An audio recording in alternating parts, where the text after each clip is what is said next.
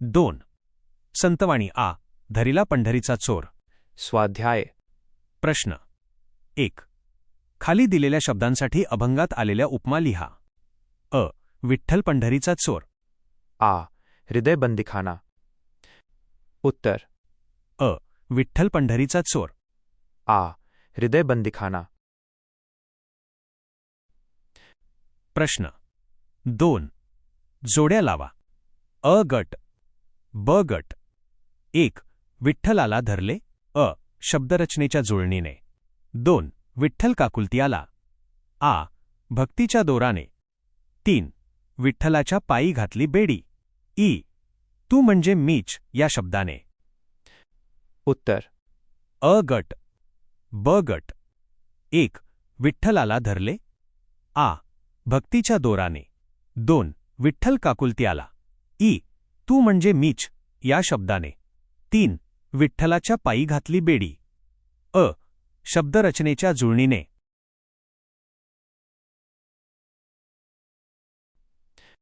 प्रश्न 3. काव्य सौंदर्य.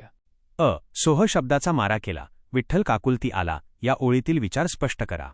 उत्तर. सोह शब्दाचा अर्थ आहे स अधिक अह म्हणजे तू मीच आहे, परमेश्वर मीच आहे.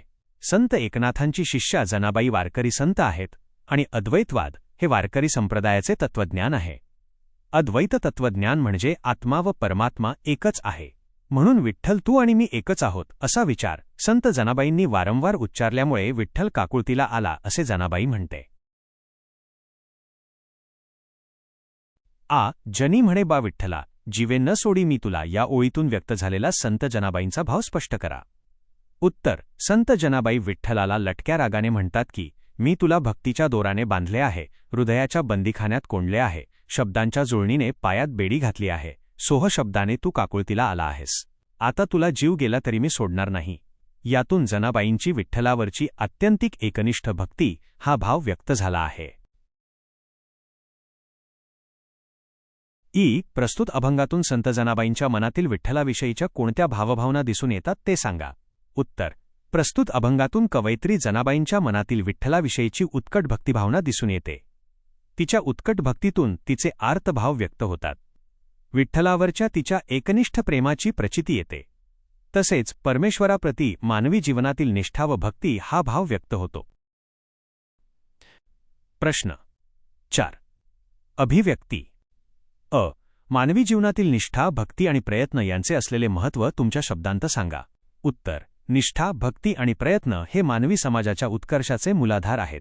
निष्ठा नसेल तर कोणतेही महान कार्य घडून येऊ शकणार नाही. निष्ठा विविधांगी असतात. राष्ट्रनिष्ठा, साहित्यनिष्ठा, विज्ञाननिष्ठा अशा सामाजिक अंग असलेल्या निष्ठा व्यक्तिनिष्ठेपेक्षा अधिक मोलाच्या असतात. विज्ञाननिष्ठा नसेल तर अंधश्रद्धा बळावते. राष्ट्रनिष्ठा नसेल तर राष्ट्र दुर्बल बनते. भक्ती एकनिष्ठ असावी. विविध देवतांची पूजा ही परमेश्वराची एकनिष्ठ भक्ती नव्हे.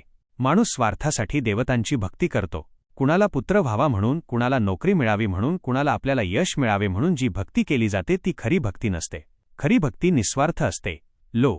टिळक, म. गांधी, क्रांतिकारक, पारतंत्र्य काळातील सत्याग्रही यांची राष्ट्रभक्ती निस्वार्थ होती आणि ती खरी भक्ती होय. प्रयत्न तर अति महत्त्वाचे. देशभक्तांनी प्रयत्न केले आणि त्याकरिता वाटेल तसे हाल सहन केले, म्हणून देश स्वतंत्र झाला. ज्या काळात मुलींच्या शिक्षणाला बंदी होती त्या काळात म. फुले यांनी मुलींसाठी शाळा काढून त्यांना सुशिक्षित करण्याचा प्रयत्न केला. त्याचे फळ आज दिसत आहे. एकूणच व्यक्तिविकास, समाजविकास व राष्ट्रविकास यांचा पाय म्हणजे निष्ठा, भक्ती व प्रयत्न होय.